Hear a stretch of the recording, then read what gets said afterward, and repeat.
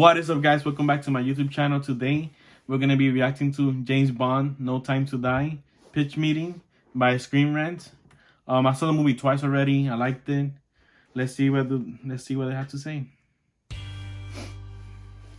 So, you have a new James Bond movie for me? Yes, sir, I do. It's called No Time to Die. Death is tough to schedule, so what happens in this one? So Bond is with that Madeline Swan girl, right? But he's still kind of heartbroken over Vesper from Casino Royale. That 23-year-old he knew for a couple of weeks in 2006? That's the one. So he goes to visit her grave, and it explodes. Well, graves do. Oh yeah, he didn't die, you know. Sir, I looked it up, and turns out they rarely do. But Oh, yeah. good to know. So is Bond okay? Well, I mean, a massive explosion just happened a couple of feet in front of him. So of course It's a movie, he's okay. so of course. Okay, good. Yeah, I mean, it's the beginning of the movie. Did you think he was gonna get killed? Well, no, not really. I mean, the beginning of the movie is No Time to Die. Oh! Anyway, so then he's being chased by these Spectre people, and he ends up on this bridge, and Yeah, bad this guys scene- are closing in. Oh boy, gonna be hard to get out of that situation. Actually, it's gonna be super easy. Barely an inconvenience. Oh, really? Yeah, because see, this bridge just happens to have tiny walls to hide behind and some wires that double. So yeah, I was watching this movie, and in this scene on the bridge, he stood still, you know, after the car ran him over. When he was about to jump, you know, the bridge, he stood still like nothing was happening, and they were shooting at him with automatic rifles. And he stood there, you know, not a single bullet hit him though. And I'm like, what the heck? It's a movie that he's just standing still, and they're on a car and a motorcycle, you know, from both sides, and they're shooting at him, and no bullet hits him. I'm like, what? What is this? But yeah, let's continue the video. Perfect Tarzan ropes, and also this is a movie where no bad guys know how to aim. Oh, a very helpfully designed bridge. Oh, and also Bond is being chased by this very scary henchman. And what's his deal? Well, he's got a real eye and a fake eye, and he looks like De Niro, Like De in Niro. Rocky and Bullwinkle. What? So then Bond hears that maybe Madeline set this whole thing up, so he puts her on a train and breaks up with her. Oh, wow. And so then we jump forward multiple years, and Bond is living the retired life in Jamaica. Is he gonna come out of retirement for one last job? He's gonna... Every movie, I think from is it Quantum or from Casino, Bond is always retired and comes out of retirement. You know, Casino Royale is one of my favorite movies of all time, especially Bond movies. But he's always coming out of retirement. Like, bro, come on. Come out of retirement for one last job. Oh, coming out of retirement for one last job is tight. Yeah, so he gets approached by the CIA to help find this Russian scientist guy who helped develop a bioweapon involving nanobots. Nanobots? Yeah, see, nanobots are these things where if you write nanobots in a script, they can do whatever you want and you don't really have to explain it. Oh, and That is so true. So true. Especially in Marvel movies. You know, I'm a big fan of Marvel movies, you know. But especially Iron Man, nanobots this, nanobots that. oh, interesting. And so these ones can kill specific people based on their DNA while being harmless to others. Neat. So then Bond meets this woman, Nomi, who's the new 007 now that he's I retired. heard they took that out of Metal Gear Solid. If you search it up, I think on Wikipedia, or you know, go online and you put Metal Gear Solid, they took the script right from the game. So yeah, you know, a little fun fact. Oh, there's a new 007. Yeah, because see, that'll make some people very angry on social media, which is fantastic free publicity for the movie. Smart, that's gonna piss some people off. So then Bond goes to Cuba and teams up with this lady Paloma to infiltrate a Spectre party, which is actually a birthday party for Blofeld. Doesn't everybody in Spectre know who Bond is? How can he infiltrate a Spectre event? Yeah, he's like their biggest enemy, but he gets right in. That doesn't raise any red flags. It doesn't, no. And turns out this was a plot This to is a kill him. trap for Yeah, him. that makes sense. He turns out Blofeld was still running Spectre from inside his MI6 holding cell using a bionic eyeball. What? Yeah, he had a computer eyeball that was never detected and let him transmit and receive information from around the... Wait, I just noticed that. So wait, they didn't, you know, when he goes to the scanners, or they didn't check them, that didn't show up on the scanners? Or nobody thought, oh, let me check, you know, if he has something of danger, you know, if he has something, you know, a communication device or something like that. Bro, I just noticed that. Oh my god. And I'm glad you asked. Anyway, so then they try to kill Bond with like this nanobot mist, but it turns out that Russian scientist guy reprogrammed it, so it kills all the Spectre people instead. Oh, wow, wow, wow. Wow. So yeah, now Spectre's been wiped out. Wait, every single member of Spectre from around the world was at that one party in Cuba? That's what we're going with, sir, because this is Daniel Craig's last movie, so we gotta wrap things up, you know? That makes sense. So who's the scientist guy working for anyway? Turns out scientist guy is working for the real bad guy of the movie, this guy Safin. Safin was one of the worst villains in a Bond movie ever. I didn't understand him. You know, at the beginning, you know, it was like, okay, I get him. Madeline's dad killed his parents when he was young, and you know he wants revenge. But after that, I'm like, what? You know, like his character didn't have like a storyline or anything like that. It was like confusing at the end. The movie was good the first hour, and now you know thinking about it, even though I like the movie, like the other half, the movie just went downhill from there.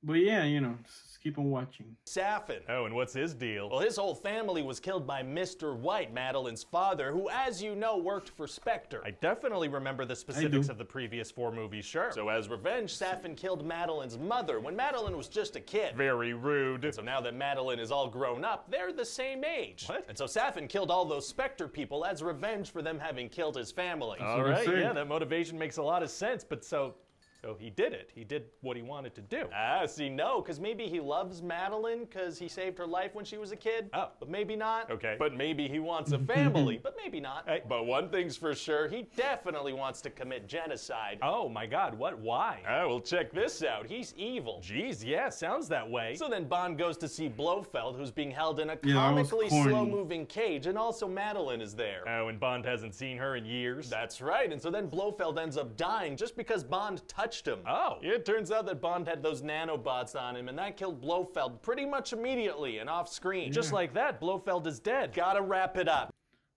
He killed them with the nanobots because when he touched Madeline's hand, she put a perfume with the nanobots that Safin gave him. So, you know, he contracted the nanobots on his hands. And when he choked him, he didn't know about it. When he choked him, he transferred the nanobots to kill Blofeld. I think that's what happened. Introduces Bond to a 5-year-old girl who's definitely his daughter, and she's like, yeah, this is not your daughter. Very convincing. And then Safin kidnaps Madeline and his non-daughter daughter. Right, and why? Because of one of his vague motivations. Right, that makes sense. So now Bond and Nomi need to go on this mission to Safin's secret island base. Oh boy. And Nomi, she decides to give the 007 number back to Bond. Oh yeah, switch code names right before the big mission. That's a fun idea. Yeah, that might not be a confusing thing to do. So why does she give it back to him? Well, see, the movie's almost over. Gotcha. So they head to this island, and there are like pools of acid and poison gardens. For the nanobots? Yes. Okay. And Nomi's gonna grab that scientist guy, and he says some pretty racist stuff, so she pushes him into some acid. Wow, well, hope they didn't need him for anything. Yeah, no, it's fine. I'm sure they wouldn't need the guy that created the bioweapon for anything. So before she kills him, she's now thinking she killed the guy that could have, you know, had a cure for removing the nanobots from his body. I'm just thinking about that right now. Because they said it was impossible to remove the nanobots. It's going to be there forever. But maybe he had a cure. And she killed him off. Whatever. You know what time it is? Time to die. That's the opposite of the name of the movie. It sure is, sir. And then Bond is gonna kill Robert De Niro from Rocky and Bullwinkle by exploding his bionic eye with an EMP watch. Nice. So nice. Eventually Bond and Safin get into a conversation, and Safin is like, you know, we're not so different, you and I. Oh man, villains love telling heroes how they're not so different from each other. Oh yeah, they can't get enough of saying that. So then they shoot each other, and Safin poisons Bond. With nanobots? With nanobots, and these ones are specifically designed to kill Madeline and his non-daughter if he touches them. Oh no, man. Well, I guess he could try using that EMP watch to disable them. No, he can't do that. Why not? Well, because nanobots. Oh. Wait, what? Wait, what? He could have done that? Wait, let me. So you're telling me, cause the watch was magnetic, you know, it had like the EMP thing. He could have. Bro, oh my god. Wait, could have he? Or can he? Oh, I feel so stupid right now. Wait, what?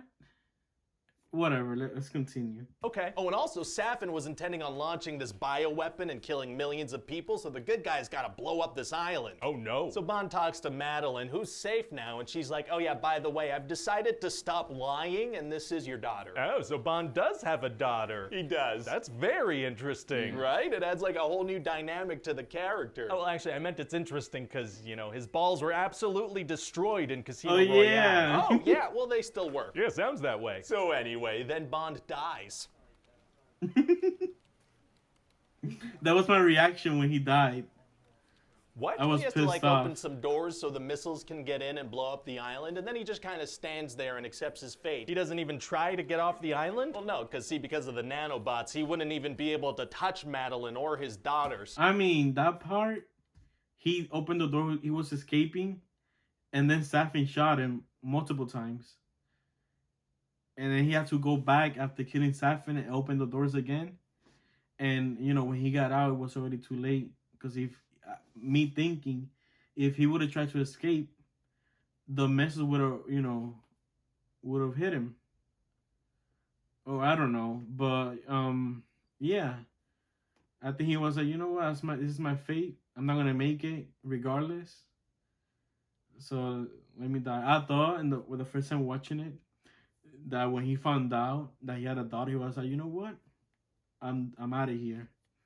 You know, what's the point? Because if he gets off the island, he can see them through glass. Not good enough, so he stands there. Not good enough. Right, bye. Oh, I don't know how to feel. Yeah, it's definitely gonna be a weird feeling to see James Bond get, you know, absolutely obliterated. But then in the end credits, we'll be like, James Bond will return. As a zombie? No, as a reboot, I imagine. I don't know. Oh God, who are we gonna get to play him? What style are we gonna go with? Well, that, sir, is a problem for future us to figure out. Okay, I mean, sometimes when we leave things for future us to figure out, future us drops the ball. Yeah, well, technically that's now past us, so. That's a good point. All right, good luck, future us. Bond replacement won't be discussed by owners until 2022. That makes sense. So there you have it, guys. The video was funny. Now thinking about the movie, what they say on the pitch meeting on the video makes sense. But that's all from me, guys.